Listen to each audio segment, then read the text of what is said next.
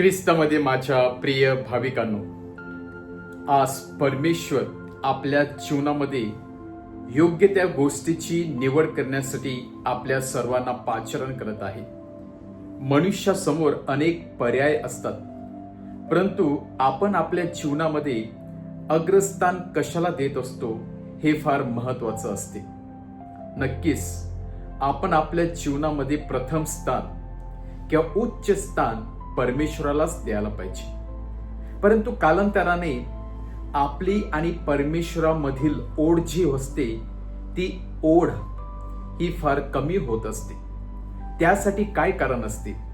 त्यासाठी जीवनामध्ये आलेलं यश किंवा जीवनामध्ये आलेलं अपयश, जीवनामध्ये आलेलं पैसा, संपत्ती, वैभव, कधी कधी यामुळे मनुष्य किंवा व्यक्ती परमेश्वरापासून दूर जाऊ लागतो. कधी कधी गर्वामुळे मनुष्य फुगून जात असतो, स्वतःला श्रेष्ठ समजत असतो आणि हवेमध्ये तरंगायला लागत असतो.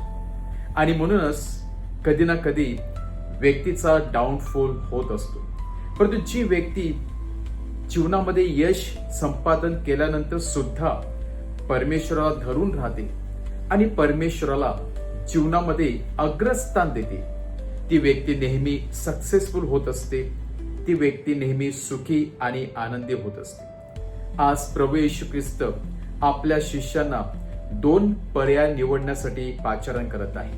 म्हणजेच 2 दगडावरती पाय ठेवण्याऐवजी एकाच दगडावरती पाय ठेवून योग्य ते निर्णय घेऊन जीवनामध्ये योग्य त्या वस्तूला किंवा व्यक्तीला स्वीकारण्यासाठी पाचारण करत आहे. आणि म्हणून प्रभू येशू ख्रिस्त सांगत आहे की कुठलीही व्यक्ती 2 मास्टर किंवा धन्याचं चाकरी करू शकत नाही. 2 धन्यांना तो तृप्त करू शकत नाही. एकाचीच विश्वासू राहणे फार गरजेचं असते. म्हणजेच प्रभू येशू ख्रिस्त सांगत आहे की आपण परमेश्वरावरती प्रेम आणि पैशावरती प्रेम सारखं करू शकत नाही. पैशाचा दुय्यम स्थान असलं पाहिजे, परंतु परमेश्वराला आपण जीवनामध्ये अग्रस्थान दिलं पाहिजे. पैसा हा वाईट नाही, कारण दैनंदिन गरजा भागवण्यासाठी आणि आपल्या जीवनाची राहाटी चालवण्यासाठी आपल्या सर्वांना पैशाची गरज असते. पैसा हा चांगलाच आहे. पैसा म्हणजे एक घेण्याचं एक साधन बनलेलं आहे. परंतु जेव्हा पैसामुळे मनुष्य आंधळा बनतो आणि आपले नातेसंबंध विसरून जात असतो, पैशामुळे मनुष्य जेव्हा स्वार्थी बनत असतो, तेव्हा तो आपल्या जीवनामध्ये साहजिकपणे परमेश्वराला काढून पैशाला महत्वाचं स्थान देत असतो, अग्रस्थान देत असतो.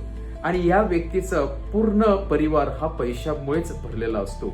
पैशाशी त्याचं नातं जोडलेलं असतं आणि असा व्यक्ती जीवनामध्ये कधीही सुखी होऊ शकणार नाही, तृप्त होऊ शकणार नाही, कारण गर्वाने आणि स्वार्थीपणाने भरलेला असतो.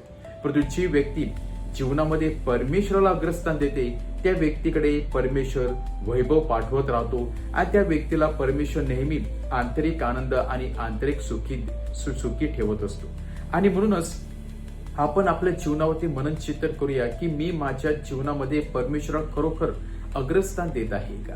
दिवसाची पूर्ण सांगता झाल्यानंतर मी परमेश्वराचे ऋणी राहतो का? परमेश्वराने मला चांगलं जीवन दिल्याबद्दल, कपडे दिल्याबद्दल, घरदार दिल्याबद्दल, नातेवाईक दिल्याबद्दल, मित्र परिवार दिल्याबद्दल, ही सुंदर सृष्टी दिल्याबद्दल, हा फ्रीमध्ये ऑक्सिजन दिल्याबद्दल, चांगले आरोग्य दिल्याबद्दल आपण खरोखरच परमेश्वराचे ऋणी राहतो का? किंवा परमेश्वराला धन्यवाद देतो का?